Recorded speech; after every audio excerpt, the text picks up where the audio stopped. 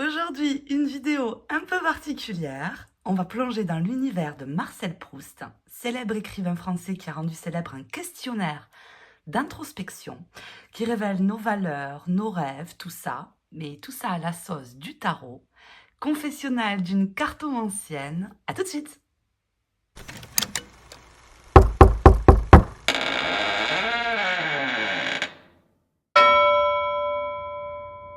Bonjour à tous, j'espère que vous allez bien. Je suis trop contente de vous retrouver pour cette vidéo après des semaines d'absence, un bon gros mois, hein, carrément, j'ai complètement hiberné. Je me suis dit, bon, Céline, reprends-toi quand même. Donc, aujourd'hui, une vidéo, comme je vous disais dans mon intro, un peu particulière, où je me suis dit, ça serait bien de communiquer un petit peu plus sur moi, sur ce que je suis, tout ça, pour que vous sachiez un petit peu qui je suis. Alors, je suis pas trop du genre à raconter ma life, mais j'ai trouvé ce concept un peu sympa.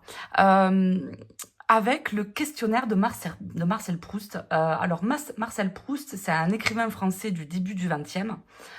Proust, il est surtout connu pour son œuvre monumentale, À la recherche du temps perdu, où il explore la mémoire, l'introspection, la profondeur de l'âme humaine, tout ça. Alors, c'est des thèmes qui m'interpellent beaucoup, qui me fascinent beaucoup. Et je vous avoue que Marcel Proust, j'ai jamais réussi à le lire. C'est l'auteur fétiche de ma maman. J'entends parler de Proust depuis que je suis gosse. Mais j'avoue que j'ai essayé, j'y suis pas arrivée. Alors je pense que je manque de maturité ou de... je sais pas, mais j'ai jamais réussi à le lire. Mais en tout cas, ça n'empêche que le personnage me fascine. Et autour de ce personnage, il y a le questionnaire de Proust qui n'a pas été inventé par lui, hein, mais il l'a rendu célèbre en y répondant à son adolescence, à ce questionnaire. Ce questionnaire, ça révèle un peu la personnalité, les valeurs, la sensibilité de celui qui y répond. C'est un outil d'introspection. On le retrouve souvent sous le questionnaire de la personnalité, tout ça, blablabla. Donc aujourd'hui, moi, je vous propose de faire une revisite de ce questionnaire parce que l'idée, c'est pas de reprendre la globalité de ces questions parce qu'il y a des questions, bon, ça n'a pas trop sa place sur ma chaîne, j'ai envie de dire. Mais par contre, j'en ai revisité quelques-unes, forcément. Je l'ai revisité à la sauce tarot, à la sauce carto, à la sauce Kardec, à la sauce de tout ce qui m'interpelle, de tout ce qui constitue ma pratique, tout du moins. Et j'ai fait, voilà, toutes ces questions-là, si vous voulez screener. Oh, je mets le feu à ma feuille. Vous avez vu, je ne vais pas couper. Hein. Ben voilà, écoutez, ça fait un peu parchemin, j'aime bien. Si vous voulez screener, voilà les questions. Alors, je ne sais pas si je vais toutes les faire parce que je vais peut-être manquer de temps, parce que j'ai pas un matos qui me permet d'enregistrer pendant 1000 ans. Donc, je vais improviser et puis je vais voir comment ça se passe. Et l'idée, après cette intro très très longue, l'idée c'est de répondre pas moi, enfin si moi, mais moi au travers du tarot. Parce que l'idée c'est de tirer les cartes et de voir ce qui sort. C'est ça qui va m'intéresser. Parce que des fois, bon ben j'ai peut-être une réponse, mais c'est pas forcément ce que le tarot veut me faire dire. Donc on va laisser le tarot parler. Et pour ça, eh ben j'ai pris mon Soul Shadow qui est fort pourri, hein, comme vous pouvez le voir. C'est la première version du Soul Shadow que j'ai depuis ses débuts. Donc je crois que ça, je sais pas, ça fait quand elle l'a sorti. Donc je m'en rappelle plus exactement l'année. Mais bref, on va le faire avec le Soul Shadow. Donc, sans plus tarder, on va commencer. C'est parti pour la première question. Alors, c'est un mélange de questionnaire de Proust hein, que j'ai gardé. Et puis, des questions que j'ai rajoutées, moi, dans le questionnaire. Alors, je ne vais pas m'attarder sur toutes les questions non plus, parce que sinon, ça va durer, je crois, 34 questions. J'ai peur que ça dure 2h30. J'ai pas envie que ça soit trop indigeste. Mais, écoutez, je vais faire de mon mieux. Donc, on est parti. On est parti. Allez, question numéro 1. Ma vertu préférée. Ma vertu préférée.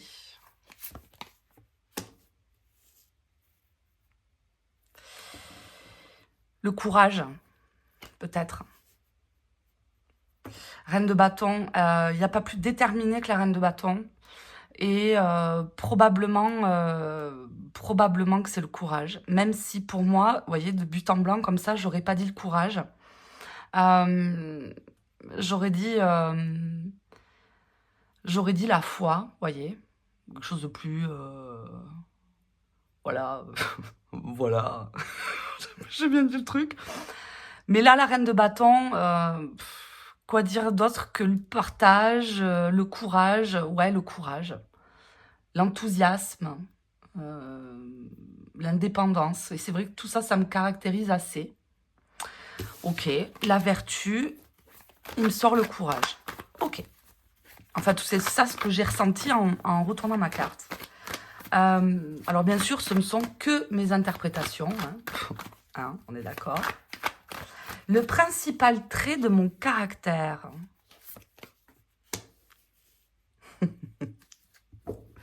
Le principal trait de mon caractère, c'est fou qu'ils me le disent en principal trait de caractère. Ok. Mélancolique. Je crois que oui, je suis profondément mélancolique. Et j'aime la mélancolie. C'est fou d'être comme ça. Je suis mélancolique. C'est d'une tristesse à mourir. Le principal trait de mon caractère, 3 d'épée. Et ça fait écho aussi peut-être à la carte précédente avec cette reine de bâton, dans le sens où j'ai traversé beaucoup d'épreuves, mais comme je pense beaucoup de gens, hein, pas plus que la moyenne, mais que toutes ces empreintes de douleur et de souffrance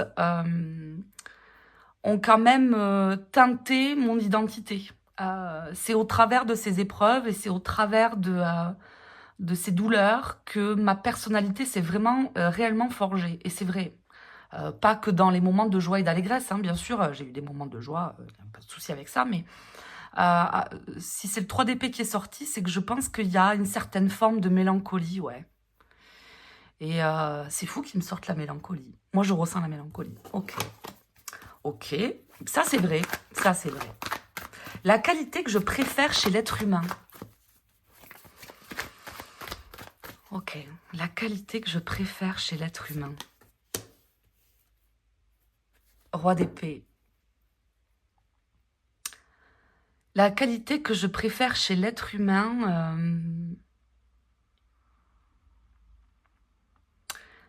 je dirais, on est toutes et tous des êtres complexes. Et c'est cette complexité, moi, comment dire, que j'aime. J'aime la complexité, j'aime toutes ces choses insondables que je peux retrouver chez tout un tas de gens. Chaque être est unique et je me fie rarement à ce que la personne me présente en premier lieu. Pour moi, c'est pas souvent révélateur d'une personnalité ce que la personne montre. C'est rarement le cas d'ailleurs. Et c'est vrai qu'avec ce roi d'épée, le roi d'épée, il est assez pudique, je trouve. Enfin, chez moi, en tout cas, il ressort de manière assez pudique. Le roi d'épée, il n'est pas du genre à faire un étalage de ce qu'il est. Il est plutôt dans le retrait, dans le calcul, dans l'analyse, dans l'observation.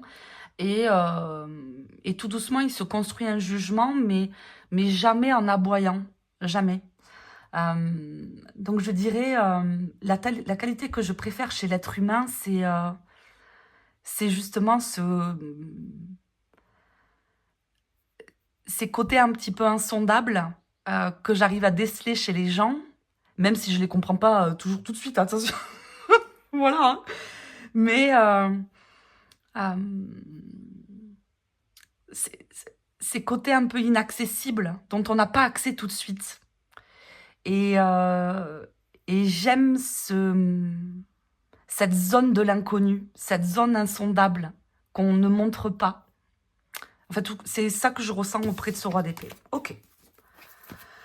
Question numéro 4. J'essaie d'aller vite, hein, parce que le but, c'est d'en faire un maximum de questions. Et pour que vous sachiez un peu qui je suis au château. Bon, allez. Ça, c'est une question que j'ai rajoutée. Pourquoi tu tires les cartes? Pourquoi tu tires les cartes? C'est vrai que ce questionnaire est destiné à des cartomanciennes ou à des passionnés de tarot ou tout ça. Donc, si vous voulez le reproduire chez vous, si vous êtes passionné de cartes, prendre un oracle, tout ça, et essayer de comprendre pourquoi. Pourquoi tu utilises cet outil? Alors, moi, j'ai ma réponse. On va voir ce que va me raconter le tarot. Mais moi, j'ai ma réponse. Je sais pourquoi je tire les cartes. C'est une question que je me suis longtemps posée. Et ça, j'ai ma réponse. Pourquoi je tire les cartes?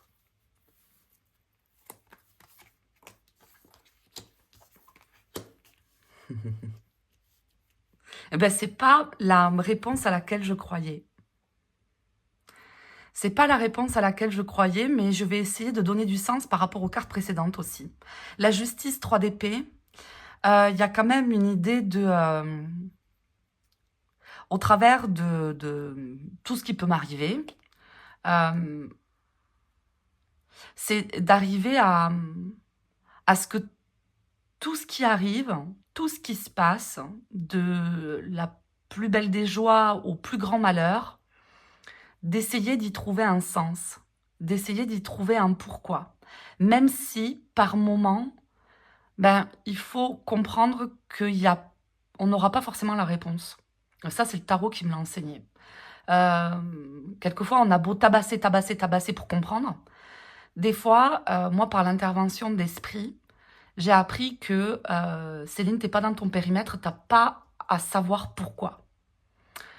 Tout du moins pas aujourd'hui. Aujourd'hui, c'est sur autre chose qu'il faut que tu te focuses, mais pas sur le pourquoi. Et c'est souvent le temps qui a bien fait les choses, de m'apprendre le pourquoi. Et là, ce que je ressens au travers de cette justice avec ce 3 d'épée, c'est ça. Même si, vous voyez, de premier abord, pourquoi je tire les cartes? Quand je vous disais que j'avais ma réponse, je vais vous la communiquer quand même, parce que ça fait quand même partie de moi. Je tire les cartes parce que, tout simplement, c'est tout bête, j'adore les cartes. Mais ça va pas chercher plus loin. Je suis passionnée d'art. Je suis passionnée des arts occultes. Je suis passionnée d'art en tout genre. Que ce soit de la peinture à la philo, à la littérature, à la danse contemporaine, à la musique. C'est un carnage, d'ailleurs. Je suis partout et nulle part à la fois. Mais voilà pourquoi je tire les cartes. Parce que c'est juste la passion. Mais ça fait aussi quand même écho à cette reine de bâton qu'on a eu plus tôt. Mais là, vous voyez, je m'égare. Pourquoi je tire les cartes? C'est d'arriver à trouver un sens. Et c'est vrai que je vais aller même plus loin, c'est que j'ai un tempérament assez excessif par moment, et que c'est dans la joie comme dans les peines. Et c'est vrai que le tarot, il vient souvent me ramener dans la ligne du milieu. Quand je m'enjaille trop, je me dis calme-toi ma grande, calme-toi. Redescends de ton nuage parce que là t'extrapoles. Et de la même manière, quand je suis dans le plus grand désarroi, là, mon Dieu, monde obscur et décadent, vous avez la ref, il vient aussi me dire bon, c'est bon, la terre elle s'ouvre pas sous tes pieds, ça va passer, c'est à cause de ça, il s'est passé ça, tatati, loi de cause à effet. J'ai envie de dire, c'est les lois de la nature, quoi. Bref. Ok, je continue. Ah, j'aime bien ces questions-là. Bon. Mon principal défaut, les gars. J'en ai plein, des défauts. J'en ai plein, mais mon principal défaut. 7 de bâton. J'ai 2 7, super. Bon, comme vous pouvez vous en apercevoir, je suis pas du genre à lâcher l'affaire. Et je suis pas du genre... je suis du genre même... je dirais plutôt... je suis plutôt du genre à m'égarer dans des trucs qui servent à rien. C'est-à-dire que je vais m'acharner, quitte à ce que j'en laisse des plumes, quitte à ce que je m'épuise, quitte à ce que énergétiquement, je me vide ou tout ça, parce que c'est ça, parce que, et je suis assez toquée là-dessus. C'est-à-dire que tant que j'ai pas compris un truc, ou tant que j'ai pas, euh, je suis pas allée au bout des choses, eh ben, je vais continuer comme une acharnée, quoi. Mais vraiment, là, j'y vois de l'excès, hein. Mais vraiment, avec ce set de bâtons. Et c'est pas forcément très concret, en fait. Je m'égare, je m'égare, je m'égare trop. En fait, moi, j'y vois beaucoup du papillonnage, c'est pas du papillonnage, c'est... c'est quoi le terme? Je bon, j'ai pas le terme. Je m'égare. Je vais dans plein de directions différentes. C'est vrai, hein, Et moi, dans le set de coupe, très souvent... Enfin, moi, chez moi, c'est vraiment l'art qui ressort très souvent dans le set de coupe. Et, c'est vrai que, bon, ben voilà, je tire mon tarot, puis je vais ouvrir un bouquin parce que ça fait référence à un mot, et puis je vais ouvrir ce bouquin, et puis je vais pas avoir assez de précision, et puis je vais en ouvrir un autre. Ah oui, mais ça me fait penser que, j'ai vu dans cette carte que truc, je cherche mon autre tarot, tac, je fais une recherche internet, bref, je m'égare, quoi. J'ai pas le terme, mais vous avez compris, quoi. Ok. Et ça, c'est vrai. C'est assez vrai. Ma principale qualité. Ok. Allez. Question numéro 6. Ma principale qualité. Oh. Ma principale qualité, je vais en rester là parce que c'est ça. C'est aimer, je crois. J'aime...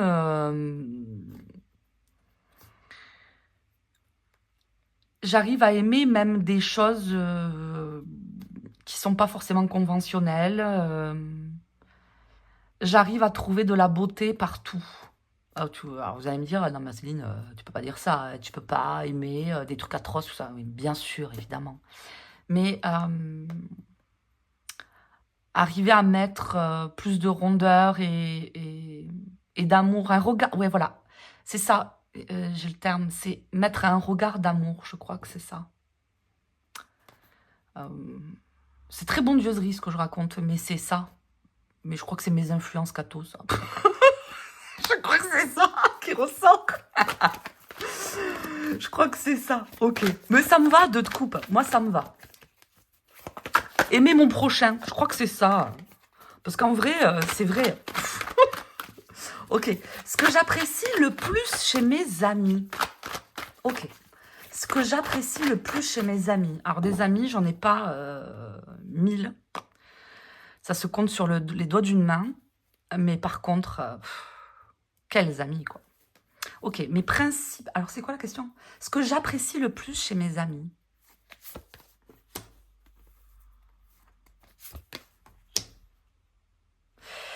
Ce que j'apprécie le plus chez mes amis... j'ai un vieux reflet pourri, là. Je suis désolée, hein, c'est pas génial. On va peut-être les mettre comme ça. Ok. Ce que j'apprécie le plus chez mes amis, c'est qu'ils arrivent à me remettre les pieds sur terre. C'est ce que je ressens là. C'est que grâce à eux, des fois, je suis comment dire, en hyperventilation émotionnelle. Voilà, que ce soit dans la joie ou dans les peines. Hein. Et en les appelant, eh bien, ils vont me remettre comme l'église au milieu du village, vous voyez. Ils vont me rationaliser les choses, ils vont avoir un regard extérieur, donc ils vont être beaucoup moins impliqués émotionnellement. Donc, ils vont arriver à me comprendre, à me canaliser, à me faire redescendre. Et c'est vrai que c'est ce que j'apprécie le plus chez eux, et c'est totalement vrai. Ils me font redescendre, mais pour de bon. Hein. Ok. Trop vrai. Trop vrai. Mon occupation préférée. Mon occupation préférée. Prier. Boum. Claire. Ah, même pas aller chercher plus loin. Priez. Clair. 2 d'épée. Là, c'est ce que j'y vois.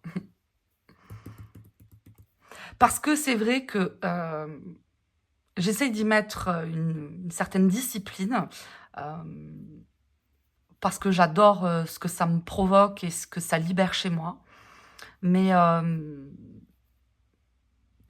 c'est une certaine forme de recul sur les choses. C'est arriver à me retirer, à m'extirper de ce monde, de me mettre dans une espèce de pièce fermée dans laquelle je rentre et je ferme la porte à clé et je suis pas atteignable par le monde réel, en fait. Et ça, ça c'est occupation préférée de tous les temps. Ben oui, 2 d'épée. Moi, c'est ce que j'y vois, là. Et c'est assez vrai. Bon, j'aime tirer les cartes aussi, hein. J'aime tirer les cartes, j'aime promener mon chien, j'aime me promener dans la nature. Enfin, il y a plein de choses que j'aime faire. J'aime lire, j'aime... Mais c'est ça qui est sorti. Ok. Mon rêve de bonheur. Alors, j'ai déjà ma réponse. Mais, allez.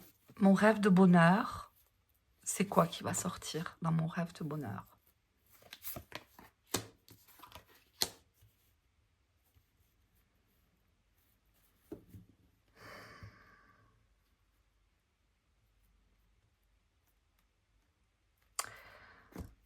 C'est bizarre parce qu'il y a 2 choses qui me viennent.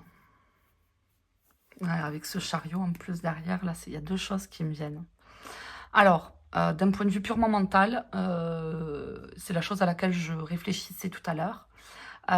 Mon rêve de bonheur, vous mettez une grande forêt de 40 hectares. Oui, je suis généreuse. 40 hectares, au milieu, vous mettez un chalet. Pas besoin qu'il soit grand, hein, je m'en fous. Et il y a un refuge pour animaux abandonnés. Pour animaux qui ont souffert, qui ont été maltraités ou tout ça. Recueillir des animaux abandonnés et vivre dans cette forêt.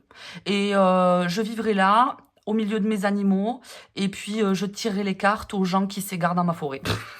Voilà.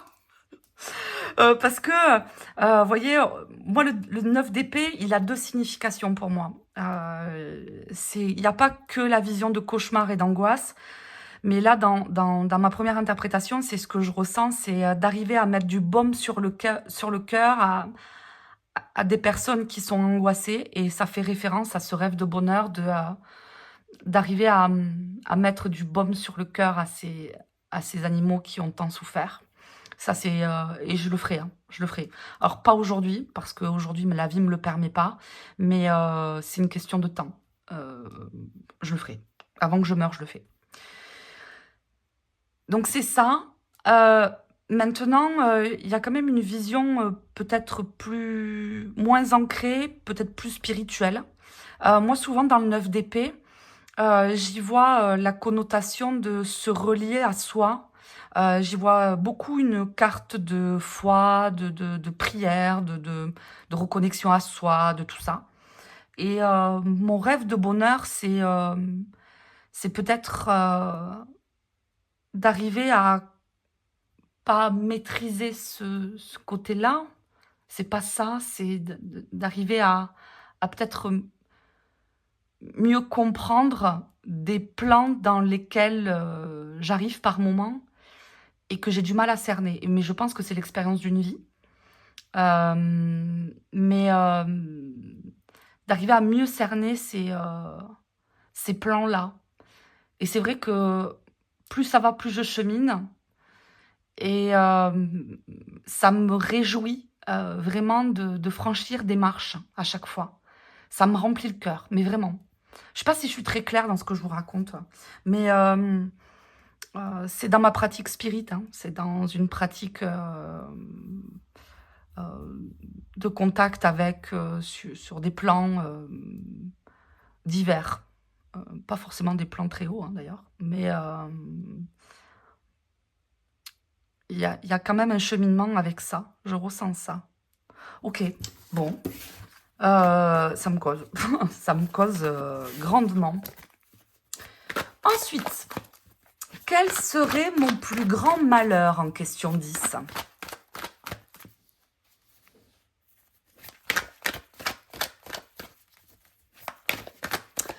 Question 10, quel serait mon plus grand malheur? Elle est dure cette question.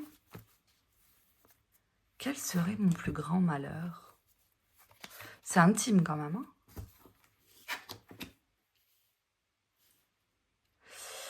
mon plus grand malheur serait de perdre une certaine indépendance. C'est vrai. On a beau quelquefois vivre en communauté, c'est-à-dire avoir un conjoint, des enfants, des responsabilités, bref, blablabla.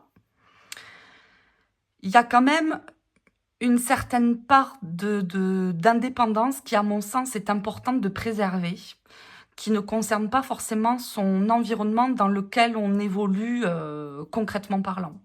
Et c'est vrai que mon plus grand malheur serait de perdre ça, de perdre une certaine forme d'autonomie, d'indépendance, de liberté. La liberté est très chère pour moi, vraiment. Donc, ouais, mon plus grand malheur serait de perdre ça. Tout à fait. Tout à fait. Complètement. Ok. Bon. J'avance. Hein. J'essaie de faire les 34 questions. C'est mon goal. Je vais essayer. À part moi-même, qui voudrais-je être? C'est dur, ça, Marcel Proust. Je sais pourquoi je t'ai jamais lu. Hein. Bon. À part moi-même, qui voudrais-je être? Qu'est-ce qui va me répondre le tarot?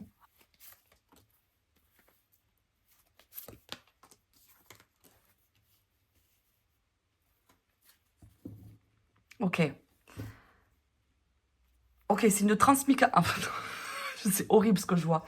Je vois un Pokémon qui vous savez, qui évolue là. C'est moi, mais en version évoluée. Parce que, on va dire que moi, je suis plutôt comme ça. Vous voyez? Et là, il m'a sorti l'inverse. C'est, à part moi-même, qui voudrais-je être? Je voudrais être peut-être cette personne qui arrive à trouver ce qu'elle veut vraiment. Ce qu'elle, comment dire? Ce qu'elle pense vraiment. Parce que c'est toujours très ambivalent chez moi. C'est-à-dire que, je vous donne un exemple. Je vais lire un bouquin qui va démontrer une thèse, je sais pas moi, sur le bonheur. Bon, je dis une bêtise. Je vais être là, ah ouais, c'est vachement bien, tout ça, gna gna gna gna gna, je suis complètement d'accord, c'est vrai, parce qu'il va balancer tout un tas d'arguments qui va faire que ça va me conquérir et je vais être là, mon Dieu, c'est extraordinaire, tout ça. Et puis je vais fermer le bouquin, je vais être là, bon, c'est vachement bien, mais je suis sûre qu'il y a une autre vision, en fait. Je suis sûre qu'il n'y a pas que cette manière-là de voir le bonheur, par exemple. Et puis, je vais essayer de contrecarrer les arguments de l'auteur que j'ai vu pour essayer de trouver une autre piste d'interprétation. Comprenez ce que je veux dire ou pas? C'est que je suis sans arrêt en train de remettre en question ce que je pense. Et c'est épuisant. Et j'avoue que ça, c'est peut-être la maturité qui va me l'amener, hein, mais ça m'épuise. C'est-à-dire que j'arrive pas à être autrement. Alors, bon, je me dis, c'est quand même une certaine richesse, c'est-à-dire que je m'enferme pas dans un dogme, je m'enferme pas dans un espèce de truc, en me disant, c'est ça la vérité, gna, gna, gna, gna. Alors, pas du tout. D'ailleurs, j'aime pas les gens comme ça. Enfin, ça m'est compliqué pour moi de communiquer avec eux. Et moi, je suis plutôt du genre à, on va m'amener un argument, même si je pense ce que la personne me dit, je vais essayer d'amener une autre vision pour venir faire évoluer le débat. Je sais pas si je suis claire, mais voilà, ça c'est tout moi, ça. Mais c'est épuisant. Même si je le pense pas forcément, même si sensiblement comment dire, je le pense pas. Mais c'est pour faire évoluer le cheminement d'échange. Voilà. Donc, je pense que je voudrais être quoi? Peut-être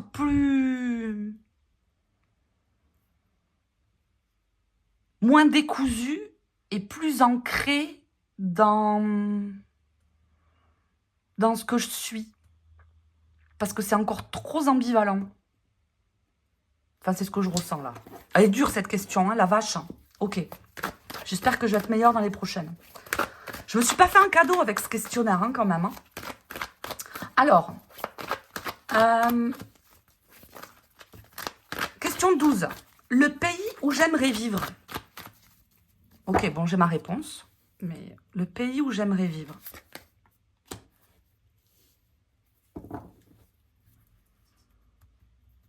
Ok, bon, là, c'est assez personnel, mais ça fait référence à mon papa. L'empereur est sorti. Ah ouais, ok, bon, j'en ai deux. J'en ai deux parce que ça fait référence aussi à... Non.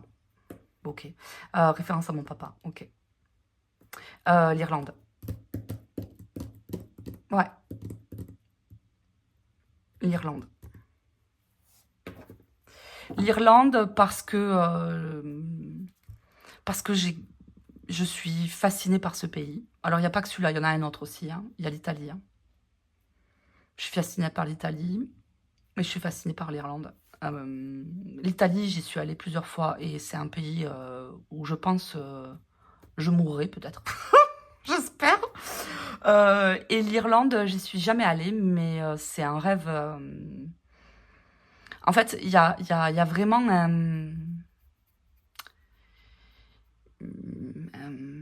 comment dire, une patte particulière dans ce pays. Il y a une telle culture, un tel folklore, de telles légendes. Le territoire de l'Irlande m'emporte, mais vraiment.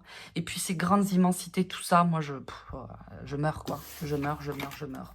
Donc, pour répondre à la question de Marcel Proust, l'Irlande, même si l'Italie me tacle un petit peu, beaucoup. Ok, la couleur que je préfère, on va passer vite. La couleur que je préfère... Ok, bon, ça fait référence à mon saint patron. Ça fait référence à mon saint patron. Ok, il va envie de me dire ça, mais ça s'approche de ma couleur préférée. Ma couleur préférée terrienne, c'est le noir. Bon, le noir. J'aime le noir profondément. Même si là, ce que je ressens avec l'étoile, c'est la couleur de mon saint patron qui, les attributs de Saint François d'Assise, c'est le marron. Et le marron, par extension, fait référence à la terre. Et je suis dans mes temps perdus une amatrice de culture potagère, de jardin, tout ça. Et le marron, la terre, la couleur de la terre, j'en ai besoin dans mon quotidien, c'est vrai. D'être en contact avec la terre. Ok, alors, question 14. À quel moment de votre vie vous êtes-vous senti le plus guidé? Ok. À quel moment de ma vie je me suis sentie le plus guidée? Qu'est-ce qui va me sortir?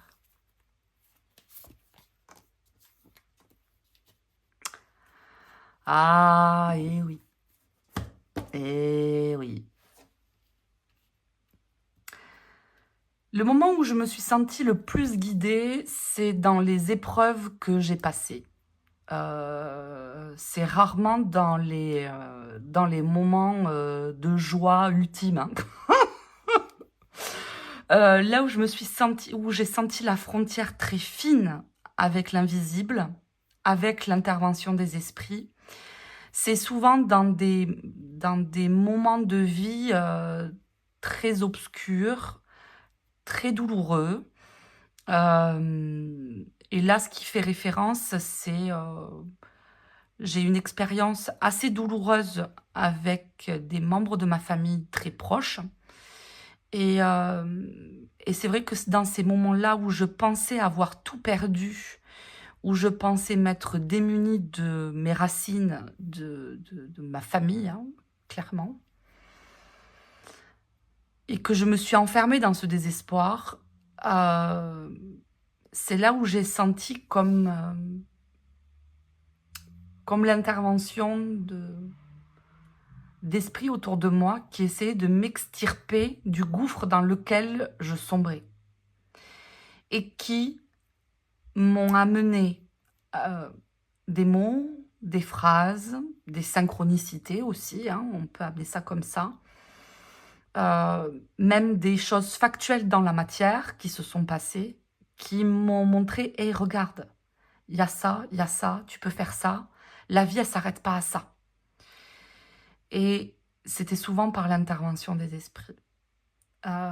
Et c'était souvent dans ces cas de figure, dans ces moments de douleur majeurs. Et ça a commencé très tôt, hein. Ça a commencé à l'âge de 15 ans. Et ça a continué après avec les années. Ok. Et c'est fou que ce 10 d'épée soit sorti. C'est quand même assez juste, hein. Ok. Ensuite, l'oiseau que je préfère.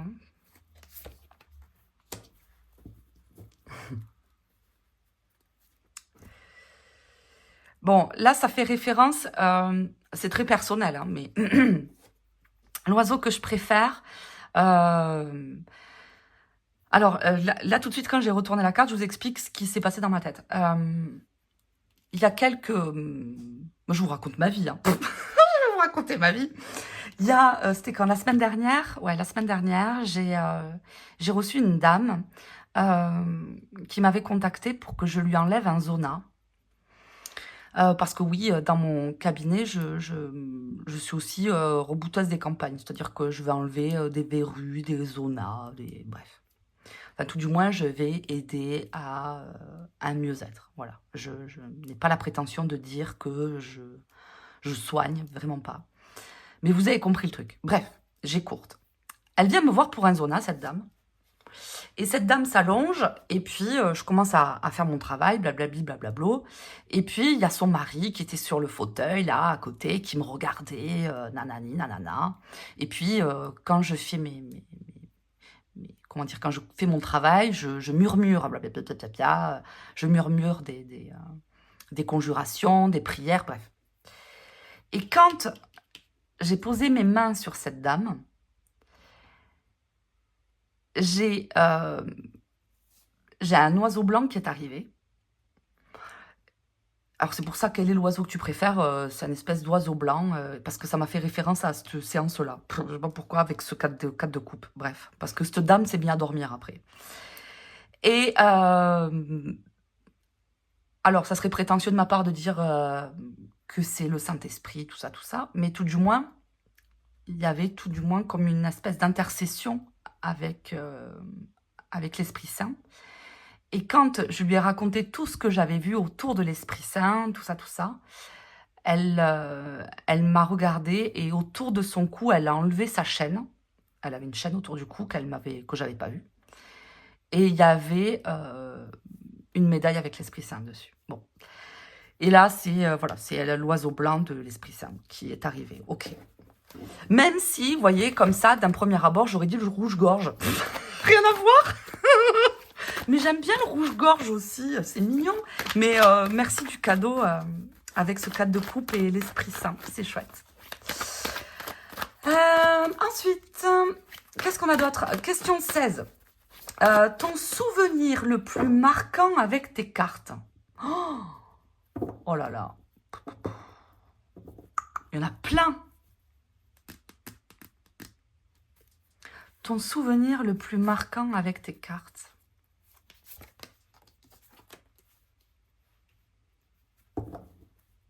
Ah, j'y vois le clocher là. Oh oui, ok. Bon, je vais vous raconter ma life, hein. Mais bon, c'est le but aussi, hein. Je me prête au jeu. Ça va venir aussi relier la question suivante. Donc, je rappelle la question que je viens de tirer là. Ton souvenir le plus marquant avec tes cartes, mais ça vient aussi rajouter, ça vient répondre à la question suivante, ton expérience mystique la plus frappante. Ok. Donc là, je vais vous raconter ma vie.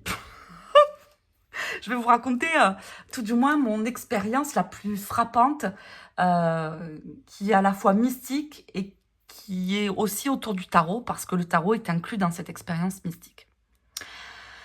Alors, il y a quelques années de ça fait un moment maintenant, je loue, une petite maison dans le cœur des Pyrénées parce que j'adore aller dans le cœur des Pyrénées, hem, avec mon conjoint, mes enfants, bref. Et on arrive là-bas, la maison, gna gna, la porte d'entrée, on pose nos bagages, tatati tatata, la porte d'entrée. En face, la porte d'entrée, on s'aperçoit, ben, il y a un clocher, incroyable, la croix, le truc, ok. Et puis, je tire le tarot. Le lendemain, je devais aller à Lourdes parce que le but du jeu, c'est que tout le monde s'amuse lors de ces vacances-là. Donc, je dépose, je largue le mari, les enfants dans les pistes, allez skier les gars. Moi, je vais dans mon sanctuaire à Lourdes, je vais prier, laissez-moi tranquille. Bref. Et puis, ce soir-là, bon, je prends mon tarot, je tape mes cartes, et puis, comment va se passer mon séjour voilà. Bon, je communique avec mes cartes de manière, tout ce qu'il y a de plus classique. Et là, j'ai la maison Dieu qui sort. Je fais OK, la maison Dieu. Et le mat. Je fais, mais OK, d'accord, bon, je reste assez dubitative. Je fais, ah, bon, ça annonce plein de surprises, hein. Bon, OK. Je vais me coucher. Et petite chose importante, enfin importante, j'avais un chapelet autour du cou. J'ai souvent un chapelet autour du cou, voilà. Et pour la petite histoire, depuis que je suis gosse, j'ai toujours été, comment dire, fascinée par les saints catholiques, ok? J'ai toujours été fascinée par les saints catholiques, Sainte Rita, Saint Joseph, bref. Les saints m'ont toujours interpellée, ça m'a toujours fascinée, les histoires, tout ce qu'il y a de légendaire autour de ça, bref. Mais jamais de manière obsessive, enfin obsessionnelle. Vous voyez, j'ai toujours aimé, j'ai toujours eu un attrait, mais je me suis jamais, comment dire, j'avais pas été dévot d'un saint en particulier. Et je les connaissais pas tous, hein, attention. Hein. Bon, je reviens à mon histoire. Donc, je vais me coucher, mon chapelet autour du cou, j'éteins la lumière, gna gna, et je dors. Et là, expérience mystique incroyable, j'ai vécu le sueño. Alors le sueño en oudou, j'étais accompagnée en oudou par Athénos pendant longtemps. Et le sueño en oudou, c'est que vous avez l'intervention de votre saint patron qui intervient de manière, comment dire, sans l'avoir forcément cherché, sans forcément l'avoir provoqué. Alors on peut faciliter le travail en commençant une dévotion, construire un hôtel, se renseigner sur telle ou telle entité, tatati tatata. Mais là, ben, je vis le sueño avec cette expérience mystique, avec cet esprit qui se présente à moi en plein rêve. Et bon, je ne vais pas vous raconter tout ce que cet esprit m'a dit parce que c'est du domaine quand même de mon intimité, hein, quand même. Mais des choses assez importantes, fortes. Et cet esprit, c'est surtout l'émotion que ça me provoque. Une émotion d'un amour tellement fort, d'une protection, de se sentir qu'un avec l'autre, qui n'existe pas sur nos plans dans lesquels nous vivons. Et je me réveille en pleurs, j'étais en train de pleurer, qu'est-ce qui m'arrive? Avec un seul mot à la bouche, Saint François d'Assise. Et là, j'essaie de redescendre hein, quand même, de me dire, mais attends, c'est qui Saint François d'Assise en fait? Parce que j'avais déjà entendu son nom, mais je m'étais jamais renseignée sur lui. Mais jamais, quand je vous dis jamais, je connaissais son nom, mais je ne connaissais pas du tout son histoire. À la rigueur, on m'aurait dit Sainte Rita, Saint Antoine de Padoue, Saint Joseph, Sainte Thérèse de Lisieux. Bon, tout ça, j'étais plus familière, mais alors Saint François d'Assise, pas du tout. Je suis là, mais qui c'est Saint François d'Assise? Et puis là, autant moi, comme je vous disais précédemment dans les comment dire, dans les questions précédentes, je doute de tout le temps. Mais alors là, d'une certitude, c'est-à-dire que je ne remets pas du tout en question ce que je viens de vivre. Mais vraiment, c'est pas à aucun moment je me dis tu psychotes ma grande, t'es complètement perché, n'importe quoi. Non, une expérience mystique, je vous assure, j'étais mais bouleversée, bouleversée, bouleversée. Je me réveille en pleurs.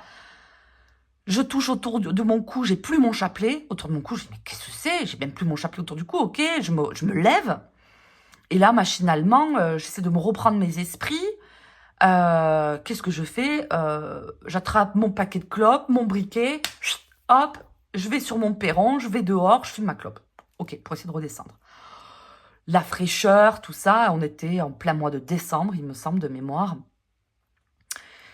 Et, euh, et je commence à fumer ma clope. Bref. Il était 3 heures du matin. Et là, je commence à reprendre mes esprits. Je suis là, purée, mais Saint-François d'Assise, mais c'est... J'en reviens pas, mais il était là, quoi. Ok. Et là, je repense, vous voyez, comme je reprends mes esprits, je repense à mon tirage de quelques heures précédemment avec cette maison Dieu et Saint-François d'Assise. Et là, je me dis, mais en fait, Saint-François d'Assise, machinalement, alors l'intervention de mon saint patron également, j'en suis sûre, Saint-François d'Assise, c'est le mat. La maison Dieu, c'est le soignant. Et au moment où je percute ça, j'ai le clocher qui se met à sonner, bang, comme ça. Alors, vous me croyez si vous voulez, hein, mais la nuit, le clocher ne sonne pas dans ce village. C'est un village de 400 habitants, je crois. Le clocher ne sonne pas. À partir de 11h du soir, le clocher ne sonne pas jusqu'à 7h du matin. Bref. Et là, le clocher a sonné. J'ai été... En fait, ce qu'il y a de dur dans ces expériences mystiques, c'est que c'est dur de les transposer parce que, aux yeux de la majorité, eh bien, c'est ouais, ça va, c'est pas non plus ouf hein, ce que tu as vécu, quoi. C'est pas. Ça va, quoi. Oui, on peut le voir comme ça. Mais en fait, il n'y a pas de mots assez forts pour pouvoir transposer ce que j'ai vécu. C'est-à-dire que euh, de le raconter, je me rends compte en le racontant que ça paraît bon, rien de dingue, quoi. T'as fait un rêve, ma grande, quoi. Non, c'était pas un rêve. Ça, par contre, j'en suis sûre. Je rêve, je sais ce que c'est qu'un rêve, je sais ce que c'est qu'un songe, je sais ce que c'est que l'intervention d'un esprit dans un rêve. Et je peux vous garantir que ce qui s'est passé cette nuit-là, ça s'est passé une seule fois dans ma vie. Plus jamais après. Plus jamais, plus jamais, plus jamais. Tout du moins, la manière dont ça s'est passé. Et c'est ça ce qui est toujours très difficile à expliquer dans les expériences mystiques, c'est que c'est toujours très... c'est très subtil, il y a beaucoup d'émotionnel, il y a beaucoup de croyances aussi autour de ça. Et c'est vrai que moi, ça a tout jamais changé ma vie, mais à tout jamais. Hein. J'ai plus la même vie. Hein. Il y a avant et après le soignant, mais vraiment. Et c'est propre à chacun quand même, je crois. Moi, ce que j'ai vécu, je sais pas, moi, il y a peut-être des personnes qui font des expériences, qui provoquent des expériences ou des trucs comme ça, qui ont vécu des trucs beaucoup plus... avec des événements plus majeurs, qui vont dire, mais ça c'est rien. Ok, mais en fait, moi, ça, c'est difficile de le transposer à travers de mots. En tout cas, pour répondre à ces deux questions, à quel moment... non. Mon expérience mystique la plus frappante et le souvenir le plus marquant avec mes cartes, je crois que c'est ça. Parce que ces deux cartes, je me souviens encore quand j'ai fait le lien, quand j'ai repris mes esprits avec cette maison Dieu et ce mat. Et depuis, le mat se manifeste... Enfin, mon saint patron se manifeste au travers du mat. D'où... c'est mon arcane préféré. Bref. Et j'ai compris pourquoi, après, bien sûr, pourquoi c'était Saint François d'Assise. Hein, bon, J'ai cheminé longtemps, hein, je crois que j'ai acheté tous ces bouquins qui racontent sa vie, ses biographies, nanani, parce que excessive, hein, bien sûr. Je ne vais pas lire un livre, je vais en lire 8. Mais c'est un cheminement de transformation incroyable. Bref. On continue. Quel arcane du tarot incarne l'enseignement qui vous a le plus transformé? Bon, ben, franchement, Saint François d'Assise, le mat, quoi. Le mat. Je vais répondre comme ça. Hein. Je vais répondre comme ça, le mat. Même si, avec d'autres arcanes, bien sûr, que j'ai cheminé. Tiens, on va voir ce qui sort. Parce que j'ai d'autres arcanes avec qui j'ai cheminé quand même. Hein, qui m'ont quand même pas mal aidé. Enfin, ça a été dur, hein, mais... Quel arcane du tarot incarne l'enseignement qui vous a le plus transformé?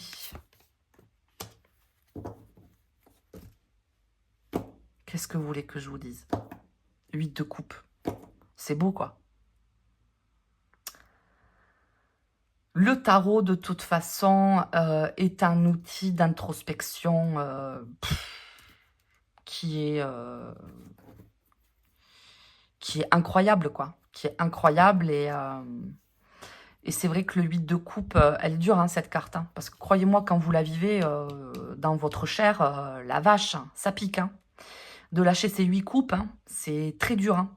De laisser derrière soi, et c'est ce qui s'est passé avec le mat, moi, c'est que laisser derrière soi 8 de coupe, une famille, une construction, un ancrage, et j'irais même plus loin, c'est-à-dire aussi une construction d'identité. C'est-à-dire que je m'étais construite autour de tout un tas de croyances, tout un tas d'attentes, tout un tas d'objectifs qui, après ce soignon, tout s'est cassé la gueule. Mais vraiment, tout est parti, quoi. Alors, ça a été dur, hein, parce que, ben voilà, hein, 8 de coupe, quoi, mais nécessaire. Donc, c'est le 8 de coupe qui est sorti. Mais j'aurais dit le mat, vous voyez. J'aurais dit le mat. Mais c'est le 8 de coupe qui est sorti. Ok, ça me va. Allez, maintenant, on va regarder... question 19. Mes 3 héros favoris dans le tarot. On va voir ce qui sort. Mes 3 héros favoris dans le tarot.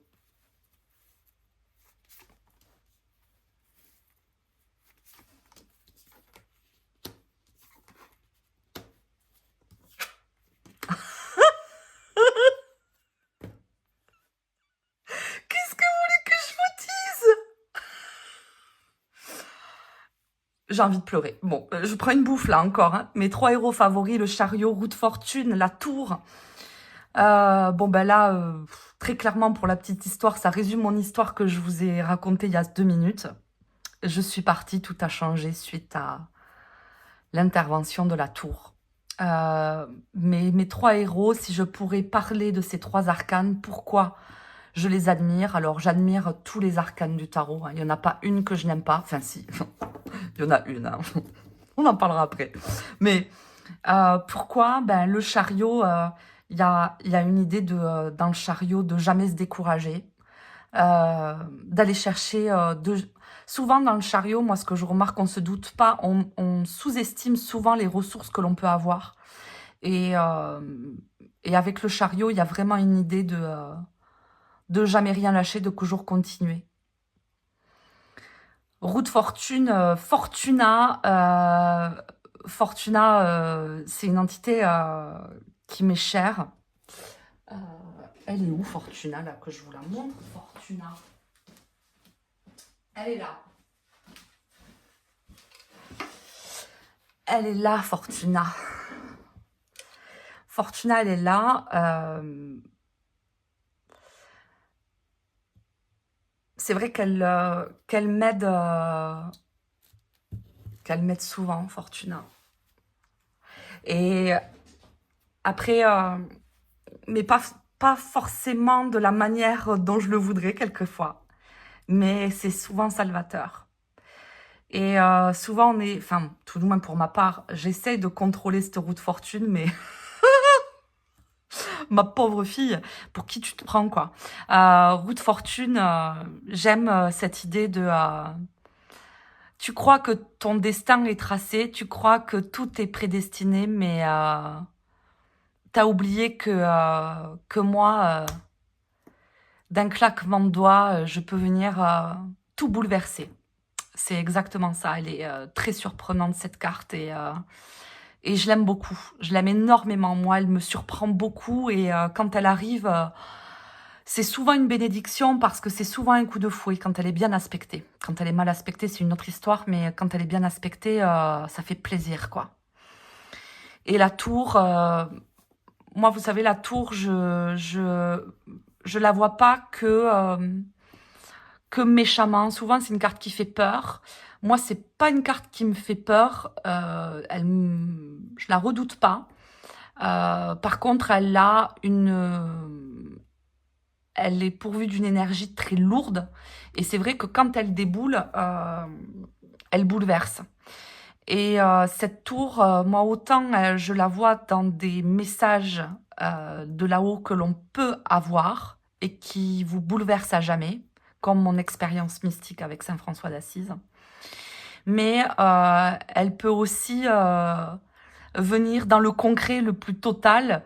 Mais je l'avais raconté ça dans une vidéo précédente. J'étais au décès d'un membre de ma belle famille, et j'avais tiré les cartes avant, et j'avais demandé comment j'allais vivre tout ça, et j'avais la maison de Dieu qui était sortie. Et je me dis, bon, je me prépare à toute éventualité. Et en fait, l'émotion était tellement forte le jour de ses obsèques. On était autour du cercueil, et toute cette émotion autour de moi, de toutes ces personnes très éprouvées, eh bien, je suis tombée dans les pommes dans la chapelle. Boum, je suis tombée. Maison Dieu. C'était ça, ma maison Dieu. C'est-à-dire que je suis tombée dans les pommes. Donc, c'est vrai que la maison Dieu, elle a des connotations autant très terriennes pour m'avertir de choses très factuelles. Ben, tu vas tomber dans les pommes, ma grande. Tu vas te cogner la tête contre la chaise en bois, laisse tomber. Comme avoir des expériences mystiques assez importantes. Donc, moi, vous savez, je suis amoureuse de cet outil. Donc, ça aurait été d'autres cartes, j'aurais pu y trouver...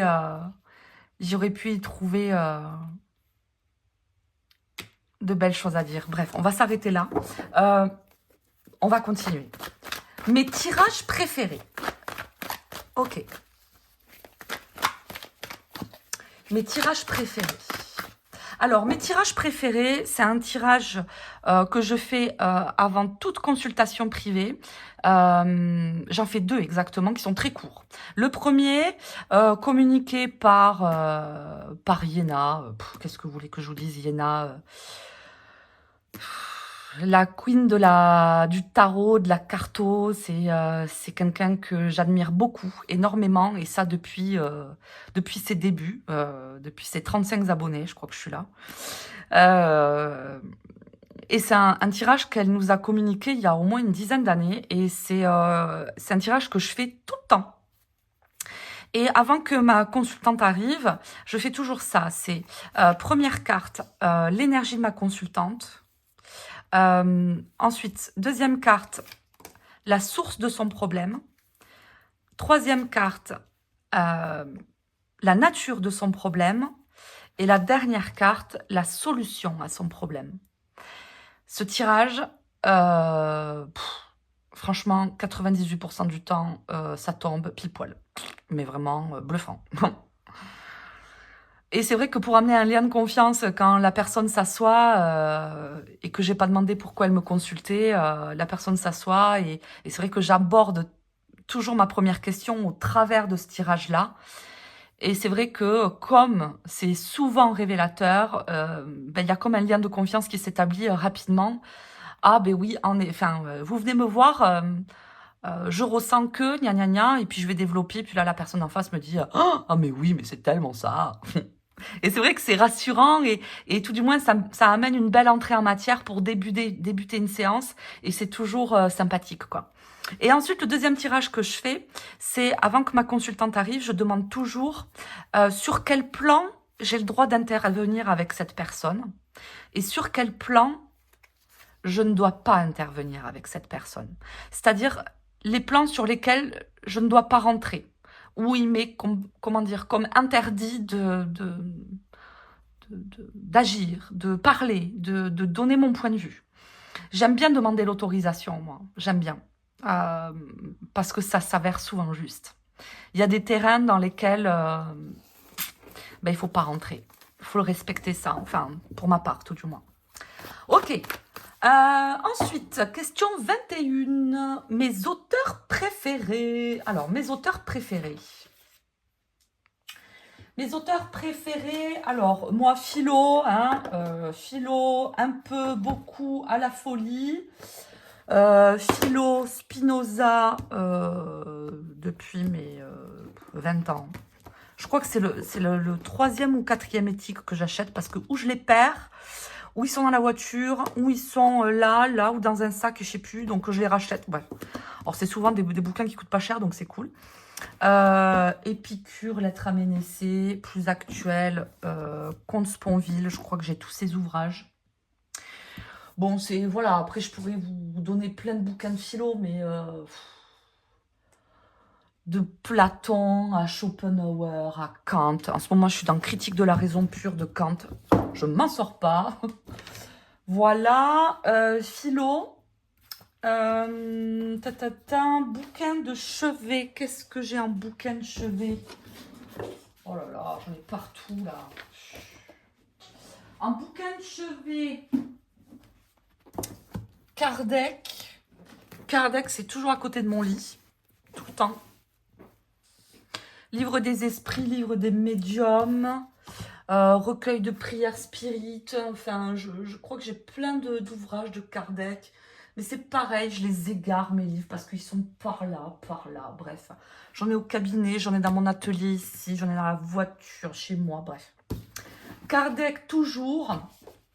Voilà. En Magie des campagnes, mon auteur préféré de tous les temps, Dominique Camus. Dominique Camus qui a fait ces ouvrages-là. Alors, non, mais... j'ai mis où?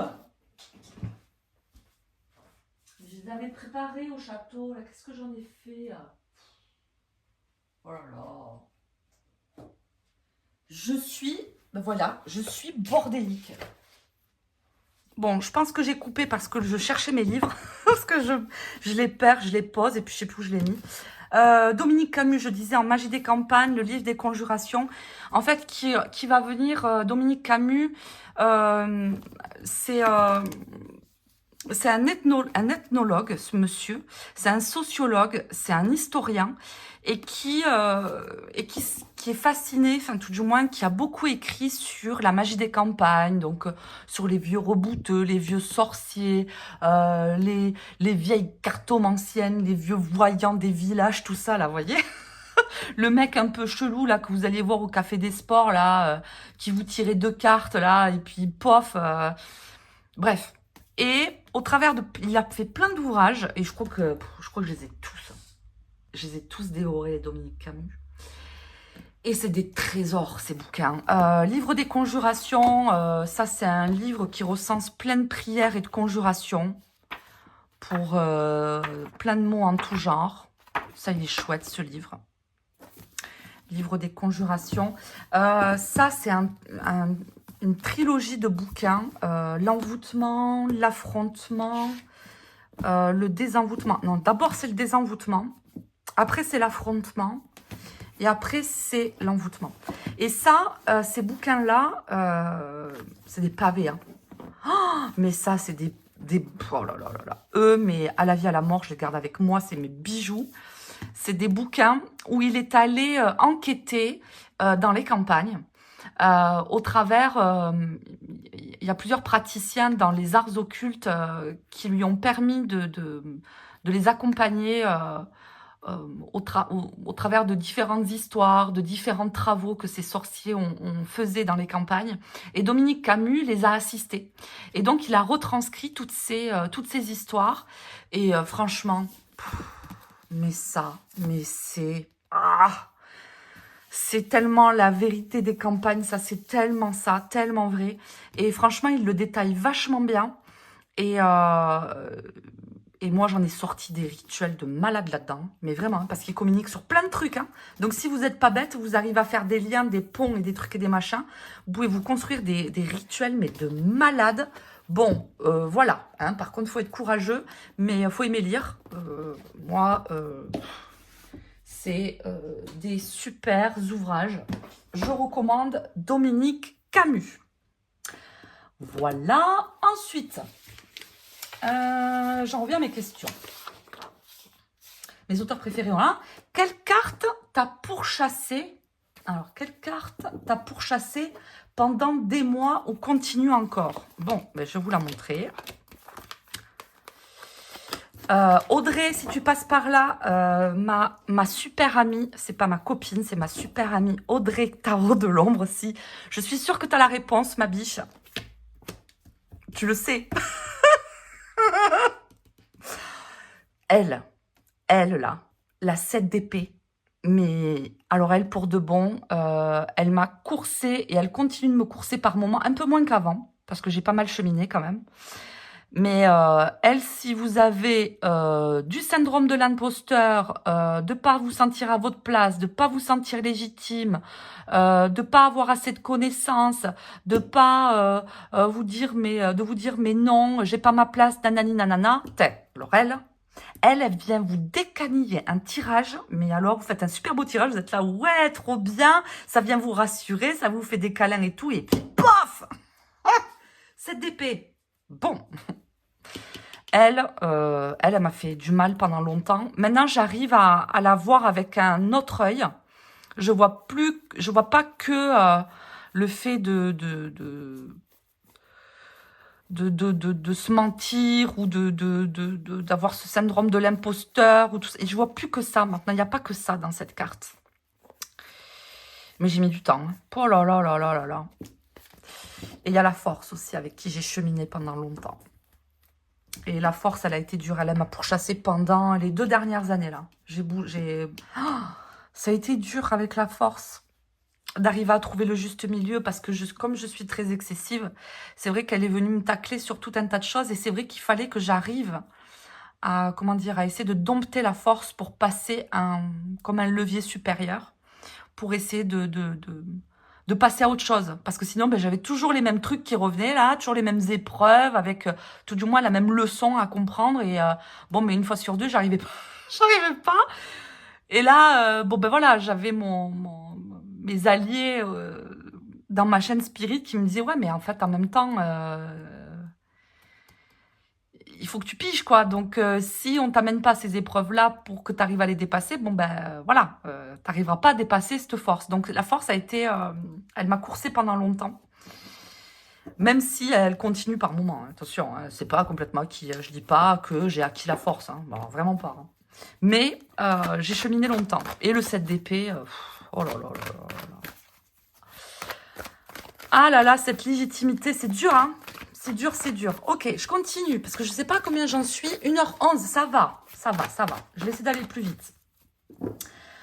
Tes 3 tarots qui te suivront jusqu'au tombeau. Oh, mes 3 tarots qui me suivront jusqu'au tombeau. Franchement, je vais pas chercher plus loin parce que des beaux tarots, tout ça, j'en ai vraiment avec lesquels je suis très attachée. Mais je vais dire, allez, 3 tarots avec lesquels je travaille tous les jours. C'est 3 tarots avec lesquels je fais mes consultations privées tout le temps. Le Soul Shadow. Boum. Le Soul Shadow. Mon oblé. Et ce tarot-là aussi que j'ai saigné aussi, comme ces deux-là, hein, parce que vous voyez bien, hein, les tranches elles sont pourries. Mon Soul Shadow, c'est pareil. Hein, vous avez vu l'état ou c'est comment là? Il est détruit. Hein, il est saigné. Hein. Noblet Soul Shadow. Et celui que j'ai dans les mains, c'est aussi pour mes consultants que je le prends parce que c'est vrai que d'un point de vue, comment dire, de la scénette qui est représentée, ça parle beaucoup. Et il me fallait un rider. Et c'est celui-là que j'ai depuis qu'il est sorti, je crois. C'est celui-là. C'est le Marseille White d'Emmanuel Iger, qui est pourri. Hein. Vous avez vu? Vous avez vu quoi? Et sur un tarot festival, je l'avais montré à Emmanuel Iger, et elle m'a fait « Mais il est incroyable !» et tout. Elle était là « Il est trop beau, il est trop vieux !» et tout. Et c'est vrai que je l'aime trop. Je l'aime trop parce qu'il est vraiment... il est patiné avec le temps, quoi. Donc, bon, les personnes qui aiment les jeux nickel... désolée, vous devez avoir les yeux qui saignent, là. Mais parce que ce jeu, il est... quand on cherche une scénette hyper représentative, je trouve ce jeu hyper bien fait. Et même quand je fais mes initiations au tarot, j'invite toujours les personnes à qui j'initie le tarot à acheter ce jeu-là. Parce que je le trouve facile d'accès. Je trouve qu'il est assez juste, ce jeu. Je trouve assez juste. Donc voilà, ceux-là, jusqu'au tombeau, ils resteront avec moi. Ensuite, gna gna gna, mon mot préféré. Allez, mon mot préféré.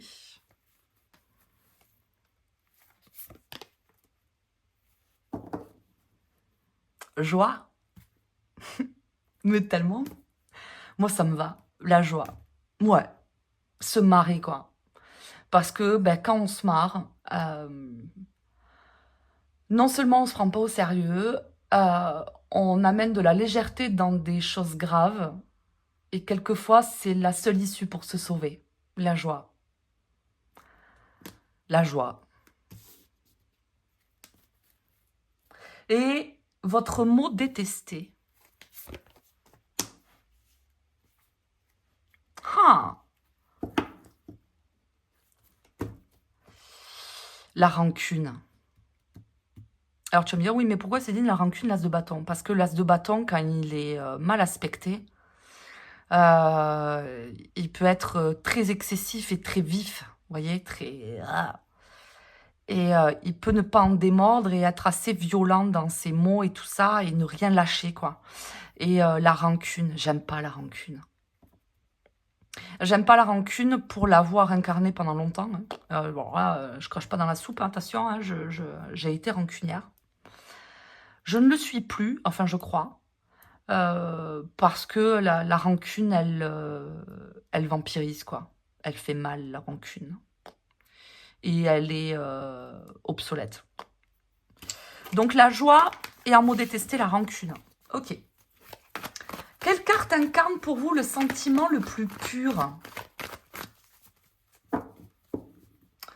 Bon, alors là, il faut que j'aille chercher la carte qui m'inspire le sentiment le plus pur. Oh, le sentiment le plus pur.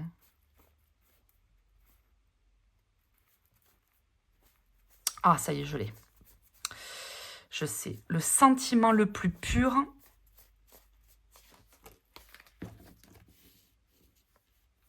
« 10 d'épée. Pourquoi 10 d'épée? Parce que vous allez me dire, ah ouais, mais tu aurais pu choisir l'étoile, tempérance, je sais pas moi, 6 de denier, 6 de coupe, je sais pas. 10 d'épée, parce que quand on est dans le 10 d'épée, on est tellement vulnérable que... vous voyez, j'aurais pu mettre aussi le 5 de denier. 5 de denier, 10 d'épée. Parce que dans ces cartes-là, on est tellement dans des états amoindris qu'on ne peut pas faire semblant, en fait. Il y a vraiment une notion de... La question, c'est un sentiment pur, voyez? Quelque chose qui n'est pas biaisé. Et très souvent, dans le 10 d'épée et dans le 5 de denier, on dépose les armes, quoi. Enfin, on a un pied, on a un genou à terre, quoi. Et quand on a un genou à terre, ben, on peut pas enlever le fait que ça amène d'une certaine authenticité, une certaine... Il n'y a pas de masque. Hein, il n'y a pas de masque. Ok, je vais essayer d'aller vite. Quels sont tes mentors? Alors, mes mentors, en tout ce qui est du domaine du tarot, je dirais en premier, Yéna Shen Soul Shadow, parce que c'est pour moi, cette femme, elle incarne une certaine... c'est dur d'en parler pour moi parce qu'elle compte beaucoup. Elle m'a beaucoup transmis au travers de ses outils, au travers de ses formations, au travers de ses écrits, au travers de tout plein de choses qu'elle nous transmet. Hein. C'est une personne tellement généreuse et qui a énormément de vertus, à mon sens. Et pour tout ça, pour l'être qu'elle est, et pour avoir fait des consultations privées avec elle, enfin, voilà, c'est solide, quoi. La vache. La vache. Elle connaît son sujet, quoi. Elle connaît son sujet et elle connaît son sujet, mais vraiment. Elle est une grande professionnelle de la cartomancie, pour moi. Mentor dans le tarot, Emmanuelle Iger. On va dire qu'elle a fait de super bons ouvrages, dans un autre esprit que Yéna, hein, mais qui pour moi est... c'est une chercheuse aussi, cette femme. Je la trouve extrêmement brillante, extrêmement... alors, c'est l'idée qu'elle me donne, hein, mais je la trouve très... elle veut pas briller, quoi. Vous voyez, elle est là dans son truc, elle fait son truc, elle fait ses bouquins, elle fait ses jeux. Mais on voit que c'est pas vraiment une grande communicante. Et pourtant, c'est quelqu'un qui a souvent les mots justes, tout ça, pour avoir lu ses bouquins. C'est assez incroyable, quoi. Mentor... et après, voilà, moi, je suis issue de la doctrine spirit, hein, Alan Kardec, tout ça. Donc, mentor, tout ça. Mais après, mes mentors, c'est tous les philosophes que je lis. Il n'y en a pas un en particulier, en fait. Je suis amoureuse de la philosophie dans sa globalité. Donc, autant je peux lire Blaise Pascal, que je peux lire Spinoza, que je peux lire Schopenhauer ou Kant. Et pourtant, c'est des idées qui ne se rejoignent pas forcément, quoi. Mais j'adore. Quelle carte symbolise la peur que vous souhaitez transformer? Quelle carte symbolise la peur que vous souhaitez transformer? Bah, c'est le magicien qui est sorti, donc je vais répondre. La peur que je souhaite transformer, c'est que je manque peut-être un peu d'audace par moment, parce que je veux me plier à la conformité, à tout ça, parce que je manque d'audace et j'aimerais transformer ça, ouais. Me foutre un peu plus la paix et puis faire, ça plaît, c'est bien, ça plaît pas, c'est bien, c'est pas mon problème en fait. J'ai fait parce qu'il fallait que je le fasse, mais avoir un peu plus d'audace. Je manque d'audace, je pense, par moment. Ouais.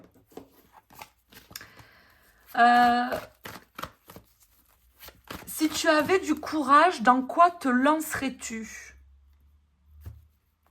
Si j'avais du courage, dans quoi je me lancerais? À la recherche du temps perdu, je lirais Proust. Voilà, pour répondre. Voilà, on va essayer d'aller vite. Si j'avais du courage, ben, je lirais À la recherche du temps perdu de Marcel Proust. Et puis, je pourrais comprendre pourquoi ma mère est autant fascinée par cet auteur. Mais peut-être plus tard. Pour l'instant, j'ai pas le temps. Le don de la nature que je voudrais avoir. Le don de la nature que je voudrais avoir, peut-être mieux gérer les choses, parce que comme je vous disais, hein, je suis du genre à m'éparpiller, à être partout et nulle part, et à peut-être davantage le don de la nature que j'aimerais avoir, peut-être être meilleur gestionnaire, être peut-être plus...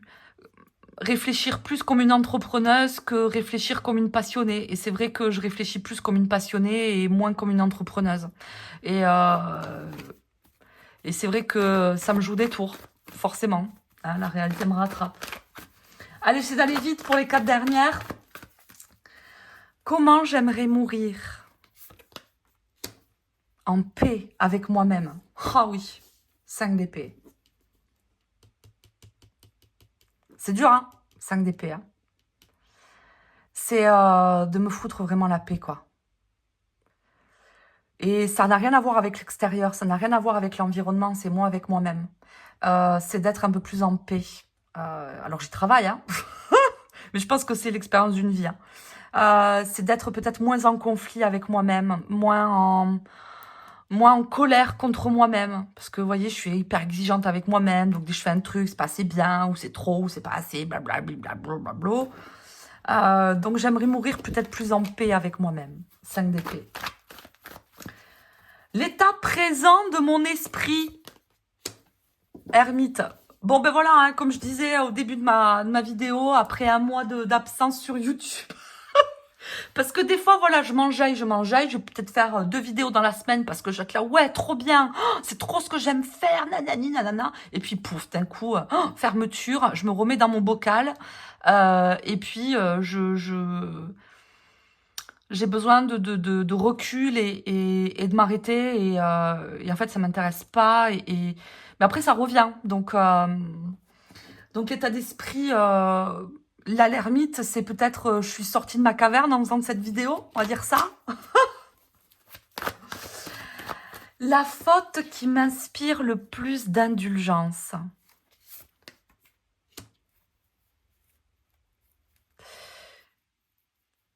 La faute qui m'inspire le plus d'indulgence. Ok. La faute qui m'inspire le plus d'indulgence, c'est de ne pas savoir. Les gens qui ne savent pas. Et là, il y a une phrase qui me vient, c'est « Pardonne-leur, ils ne savaient pas ». Et quand je vois des choses qui, des fois, me démarrent, ou me mettent en colère, ou, vous voyez, hein, c'est des émotions humaines classiques, hein. Rapidement, j'essaie de reprendre ma raison.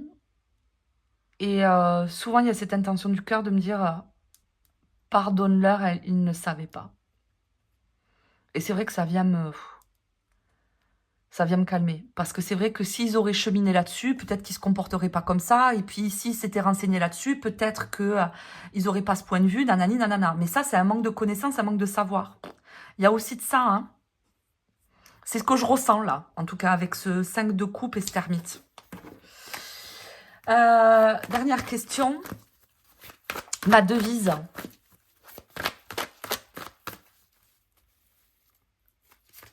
Ma devise. Oh. J'ai envie de pleurer ou j'ai pas envie de pleurer là? Qu'est-ce que vous voulez que je vous dise? Confessionnal d'une cartomancienne. Aide-toi, le ciel t'aidera. Aide-toi, le ciel t'aidera. Et c'est ma devise. Et j'ai un coucou de mon saint patron. Donc je vais en finir là parce que incroyable. Bref. Avec ce 3 d'épée qui est très beau. Que j'adore. J'adore. J'en ai terminé. J'espère que j'ai pas été trop longue. N'hésitez pas à me mettre des petits commentaires ou à vous abonner si mon contenu vous plaît. En tout cas, j'ai essayé d'être la plus honnête possible au travers de ce questionnaire. J'ai adoré vous le faire en tout cas. Si ça vous chante, si ça vous dit, n'hésitez pas à reproduire ce questionnaire de votre côté, sur votre chaîne, ou m'en faire part dans vos commentaires ou dans des messages privés. Je me ferai une joie de vous lire. Et puis merci de m'avoir écouté jusque-là. Je vais essayer de faire un hashtag, c'est ça qu'on dit. Alors, je m'y connais pas trop, mais je vais essayer de voir ce que je peux faire, si j'arrive à l'intégrer dans mes descriptions. Merci à tout le monde. Et puis, j'espère à bientôt. Je vais essayer de repartir sur d'autres confessionnals, pourquoi pas. Ça peut être une série de vidéos confessionnales d'une cartomancienne, mais sur d'autres thématiques de mon métier. Si ça vous intéresse, n'hésitez pas à me faire un petit coucou et de me le dire. Merci à tous, à très bientôt. Et puis, la bise, bye bye.